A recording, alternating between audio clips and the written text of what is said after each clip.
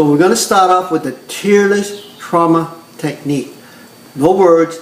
You can actually, what you can do is you can mumble it under your breath if it was in private for you and you don't want to share with the public. You can mumble under your breath. But when you're by yourself or say in a car, if you have these issues come up, you can get rid of it in about 40 seconds, 50 seconds, and reduce that issue. Once you get the right title, and the right brain needs the right title.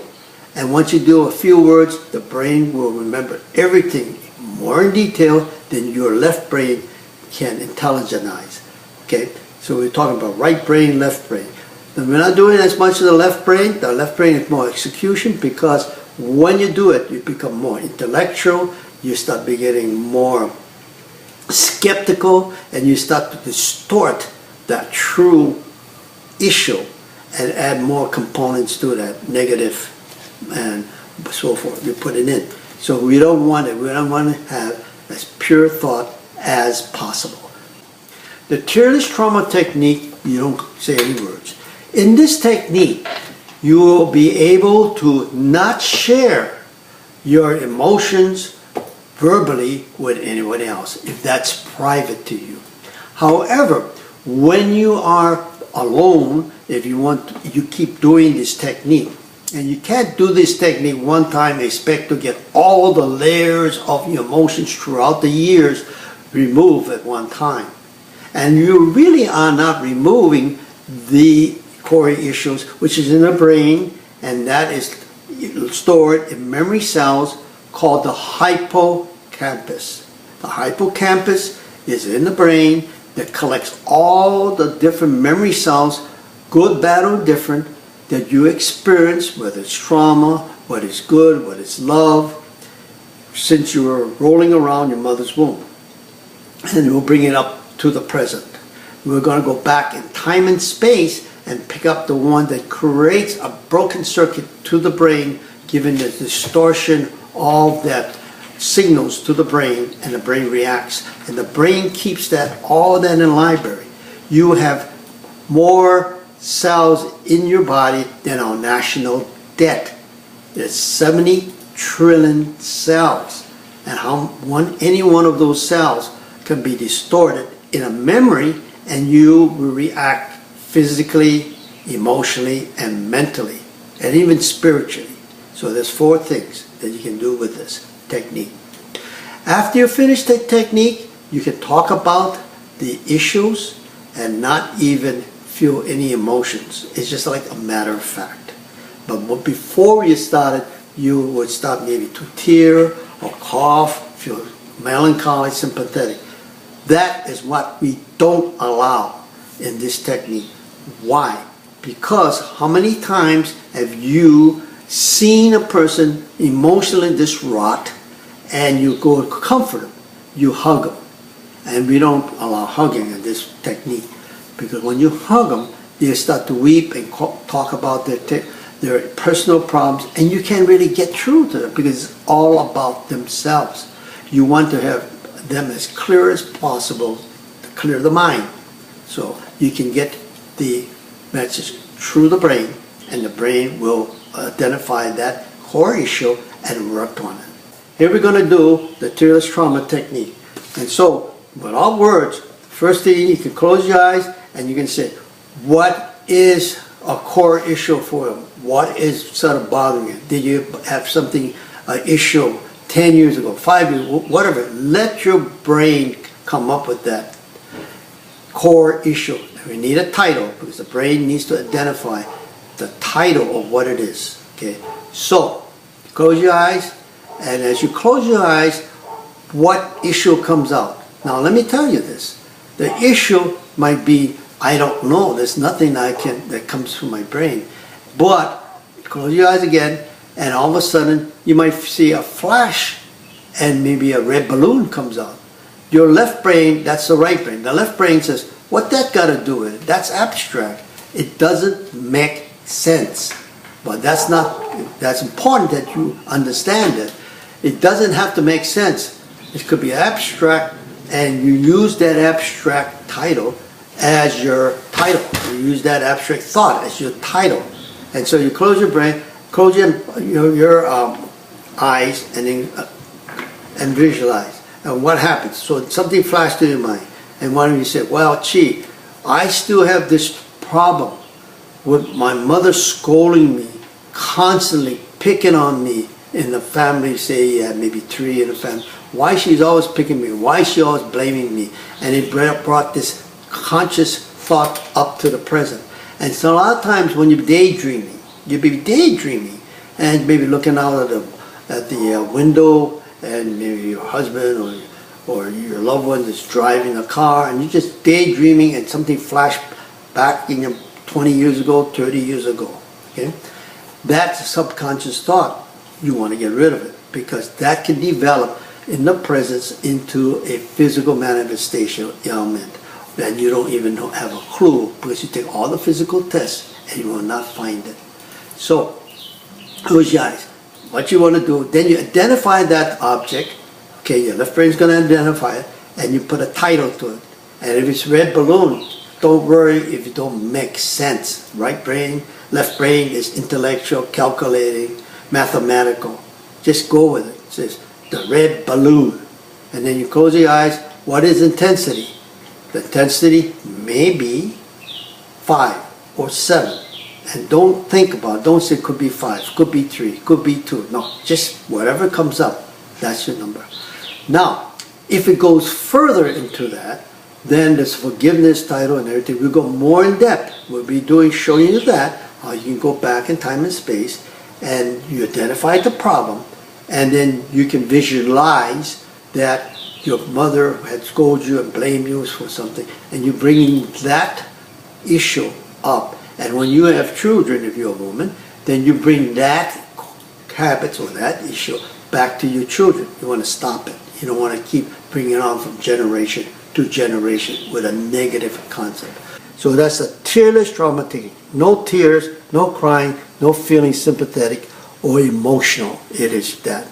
That's a tears. When can you use it? At a point where you don't have anything to say. I'll give you an example. If you had a meeting, very important meeting, you're the one that were organized it and say, all your family members must meet at Auntie Joe's house at 7 tonight.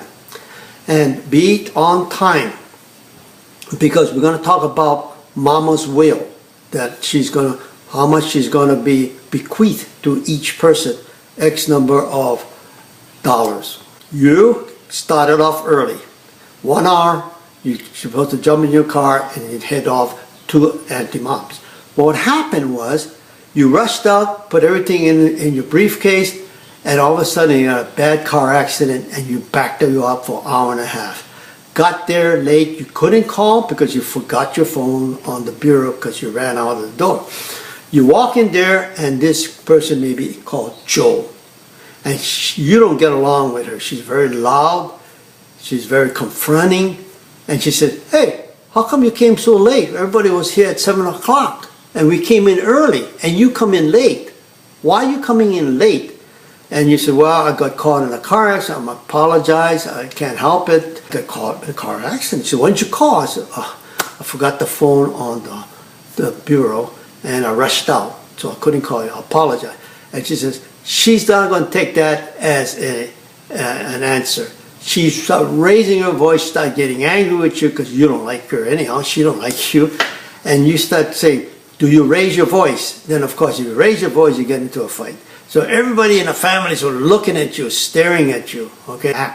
So you turn around, chase the back to everybody. You're taking things out of your briefcase, you pretend that, your papers, and you tap, Joe, Joe, Joe, Joe, Joe, Joe, Joe, okay, Joe. Joe, Joe, Joe, and you calm down. Then you look her right in the eye and says, what seems to be the problem, Joe? Very slowly, talk very slowly and quietly. Bring the notch down, bring your tone down. And you look her right in the eye, and pretty soon you're going to notice she's going to come down in her pitch of her voice.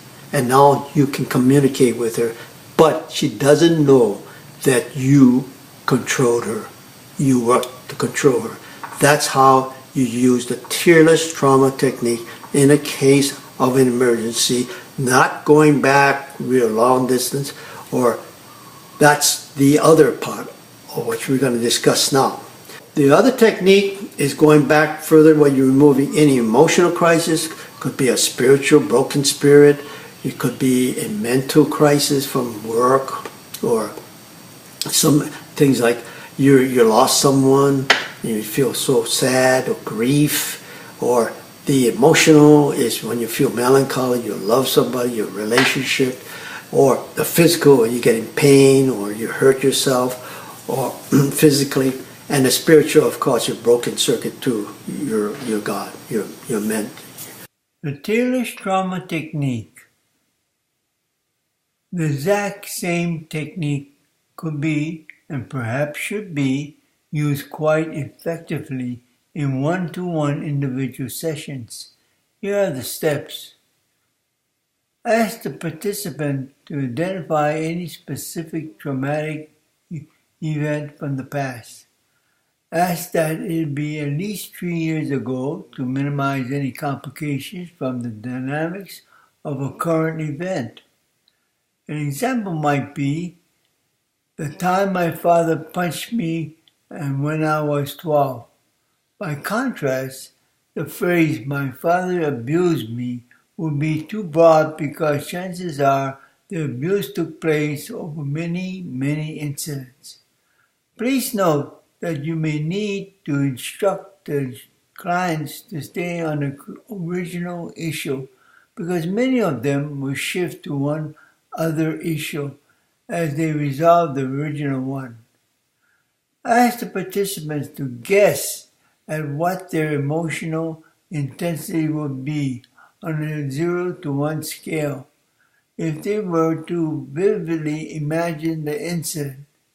Instruct them not to actually imagine it, although some will close their eyes and do this anyway.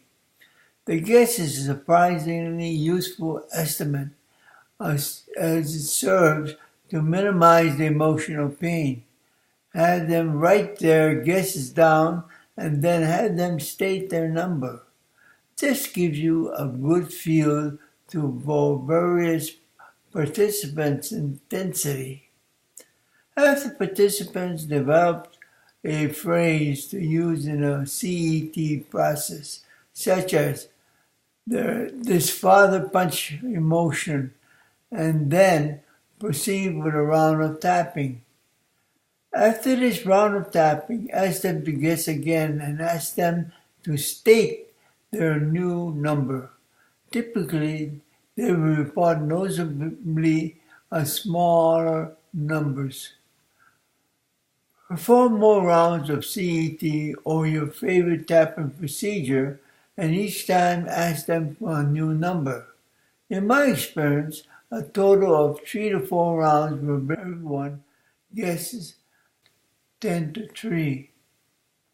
Once they are down to acceptable low guesses, then perform another round of tapping, and after this round, ask them vividly to imagine the incidents.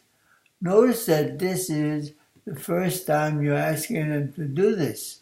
All previous times have been relatively painless guesses. In my experience, just about everyone does go to 0, and the rest are very low numbers.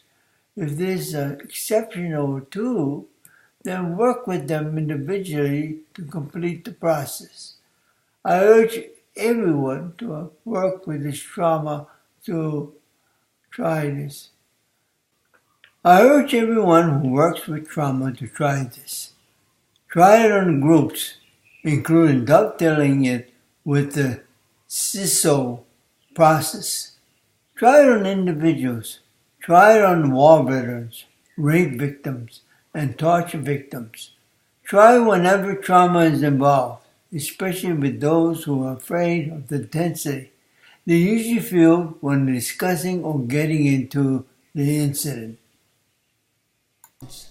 I'm asking you for comments to give me, and any kind of criticism, or if you like it or don't like it, put it in your comments, and then you can Twitter me, or you can put it into a YouTube comments, or you can even put it into Facebook. I encourage that because you get better with the comments.